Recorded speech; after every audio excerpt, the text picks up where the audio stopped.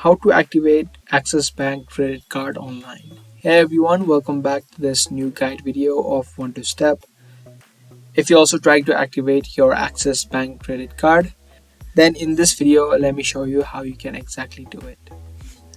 Now I've just opened up this article by Axis Bank, and they say that there are two methods that you can activate or authenticate your credit card. You do not need to enter in your credit card anywhere to activate it.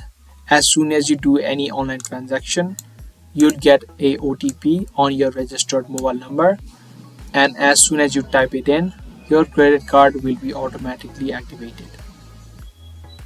So that is the first way of doing it, and the second way is through pre-generated OTP before transaction.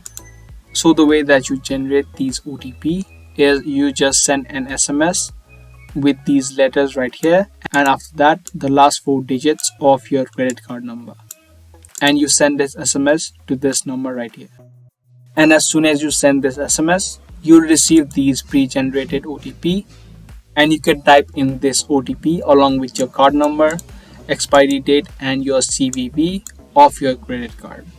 And once you type it in and complete that transaction, your card will be successfully activated.